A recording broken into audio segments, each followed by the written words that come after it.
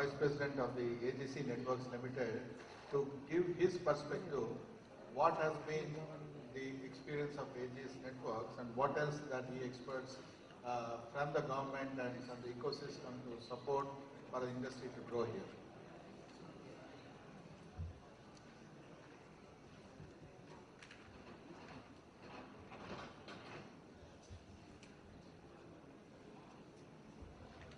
All right. Good afternoon, dignitaries. First of all, a very warm welcome to everyone, and a big thank you to the dignitaries and to the sponsors and the organizers for giving us an opportunity to speak here.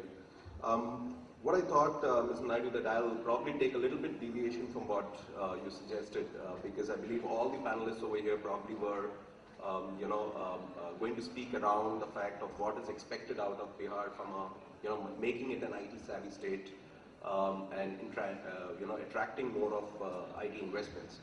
I would like to rather try and do a little bit different in the sense that probably take up a cue from what we have done in some other places or other states in terms of creating infrastructure which is digital or IT infrastructure which has been which has been helping other states in creating that mark of being known as an IT savvy state. So there are a lot of e-governance initiatives, and the spectrum is really large. You can go about talking right from giving essential services to probably digitally enabling the lowest strata of the society, or for that matter you can even look at a few other investments which are around providing tablets and those things. But essentially what really drives down any investment in IT is how much does that investment really trickle down to benefits to the people. Now if you look at any state government's real prosperity, right? The economic prosperity, what most people look at, is got to do with three key things. One is the fact that they look at the straight gross happiness index, which is basically about how happy are the citizens in that particular state, which has also got to do a lot with probably the economic activity that happens in the state. The second thing is around what experience does that citizen of that state enjoy when it comes to getting basic services, or for that matter interacting with various departments within the state. And third, and which we believe is becoming increasingly important, specifically after the lot of importance that has been given to UID and what Mr. Sinha spoke about, the eShakti project, right, which is around accessibility. I mean, the more accessible a state government portrays itself to be, the more likelihood that that state government would probably get their citizens' thumbs up when it comes to their governance per se. So I think all these three parameters, no doubt they are driven by ultimately by the service delivery of that particular state government employees, which are basically the government's people. But apart from that, it also has a lot to do with what basic infrastructure does that state government create in terms of delivering these type of services. And that's where companies like us, or for that matter technology OEM partners, whether it's a Cisco or many other guys like the Microsofts and the other OEMs of the world, anything being around health. Excuse me, gentlemen at the back. Gentlemen at the back, I request you to be keep quiet. Now, if at all there need to be any discussions, I request you to move out of the room, please. Thank you, Mr. Yeah, and the second thing being around healthcare, which is giving affordable healthcare to a larger mass of the audience, and finally around disaster management. So we'll touch upon these three aspects of the solution, and this really comes from the earlier discussion that we had, Mr. Naidu, which was around the fact that what has AGC done in other places which we would like to see being done in Bihar, right? So. And I would like to also mention here that we don't want to be mere prophesists over here by just giving a prophecy that this is what Bihar should do. But I think a step forward from our organization standpoint would be that we would like to adopt a school or take up one particular community or village where we would like to deploy and do a POC of this particular concept if we are given a particular opportunity. So what does the whole education gamut really cover? I mean, the education gamut really covers a lot of aspects around what can get done. But what's more important from a state government perspective, or what can get deployed on an immediate perspective, is around doing something called as the smart classroom offering. Now, a smart classroom studio, which we have developed for another state government, has been around creating an infrastructure in such a fashion that you could have a single classroom or a single faculty being replicated across 5 different locations at the same time. What does that mean? That means that, let's say for example, you have a very high-end faculty. Now, we're thinking about a lot of technical high-end education, but how many campuses can you create and how many faculty can you attract? And what's the chances that your one faculty that you get to the state is able to reach a larger mass of students? So what we've done is created a smart class studio, which is basically a product which we created using various technologies. This allows a single faculty to do a studio, a sort of a session with students in a particular class, and the same thing getting replicated in 5 different locations at the same time. This, mind you, does not mean that it's just a one-way traffic.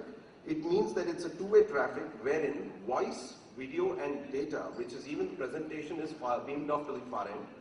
The students at the far end can even ask the questions, can also interact, and at the same time, the whole session looks as though the particular presenter or the faculty is in 5 different locations at the same time.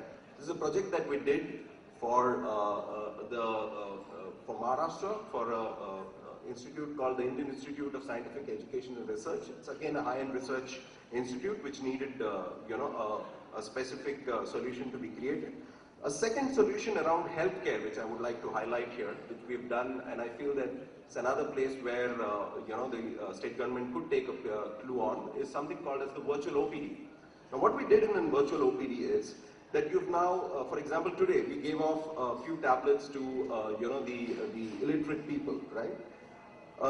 You could have all of these tablets or these particular devices being, made telemedicine ready. So what does that mean? You could have extension counters at hospitals, you could have individuals coming in from homes and from offices, or you could have self-help kiosk centers where you could have people coming in and making a request onto this particular virtual OPD, which is nothing but a software that resides in the data center. The state has already created a state data center. All you need to do is deploy this particular solution at the state data center. You would have a lot of these government doctors, recognized doctors from various locations. Mind you, they need not be at a central location or anything that way. They are again at various other locations. They get logged into this particular software, and the requests are made by the respective people, okay? So there is a patient who has a specific complaint which is related to, let's say, for example, an eye checkup or something like that. He goes to the extension counter, makes a request for a particular service which is related to the eye checkup. It checks on the availability of a suitable eye doctor, right, which is available for servicing that particular request. And basis that, this particular service of actually doing the consultation part is done online using the power of collaboration. So this is another one thing that we have done for one of the state governments in Odisha, where we have done similar remote patient monitoring systems. So we have captured most of the data which is related to the patient's vital statistics, and then beamed it across to the doctor to give us a consultation which is online. The third concept which I spoke about was around the disaster management concept. So as you know, the government has already created something called as a disaster management structure within India. But at the same time, the structure talks a lot around the ability to collaborate between various entities. So there is obviously the district collector who is primarily responsible for that particular district in making sure that during a disaster there is a proper flow of communication as well as dispatch of emergency services. But what is missed out really is the ability to capture this particular information and have it monitored centrally. So there is something called as a data center or disaster management command center that we create at the center.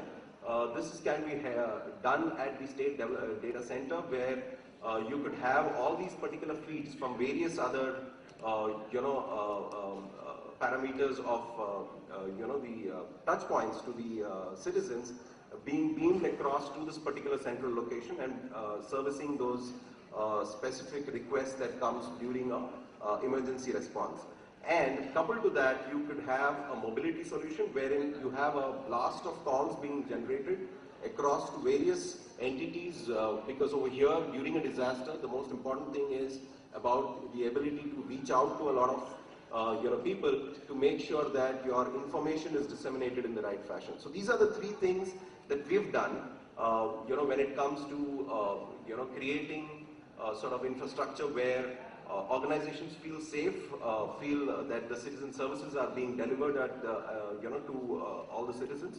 So that's one of the things that we feel as a technology vendor we can get to the table. I don't want to be a person who's here just to ask from the state government saying that make these things available or those things available for us to do business here. But I think from our standpoint, we would like to offer to probably take up a few of these particular projects as our pet projects in terms of creating those particular proof of concepts for the state government and giving that service as our part of capability of serving the nation.